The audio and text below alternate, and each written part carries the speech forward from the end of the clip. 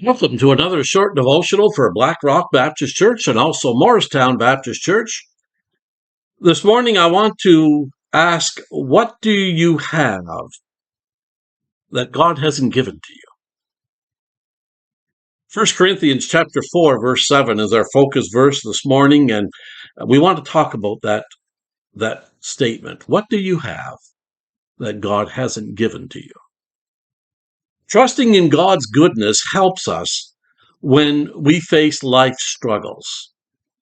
But what happens when we start thinking that we earned the good things in our lives, forgetting the fact that all good things come from God? Luke chapter 12 tells the story of a rich man who was very successful but didn't give any of the credit for his prosperity to God. And so God tells the rich man, he says, "You fool, you will die this very night. Then who will get everything you worked for?" Jesus finishes that story by saying, yes, a person is a fool to store up earthly wealth, but not have a rich relationship with God. That's a sobering thought. Pride and ingratitude, those are the sins that got Satan removed from heaven.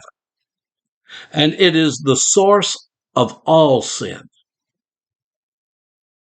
When you stop being grateful to God, you get yourself in trouble. Romans chapter 1, verse 21 says, yes, they knew him, but they wouldn't worship him as God or even give him thanks. And they began to think up foolish ideas of what God was like. As a result, their minds became dark and confused. The problem with some self-made people is that they end up worshiping themselves. They begin to think, wait a minute. I built this business with my bare hands.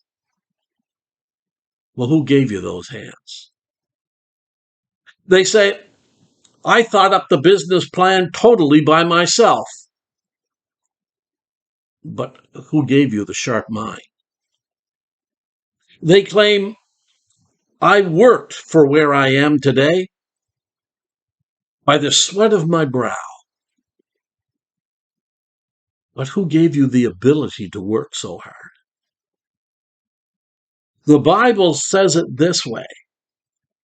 What do you have that God hasn't given you? And if all you have is from God, why act as though you're so great and as though you have accomplished something on your own? 1 Corinthians chapter 4, verse 7.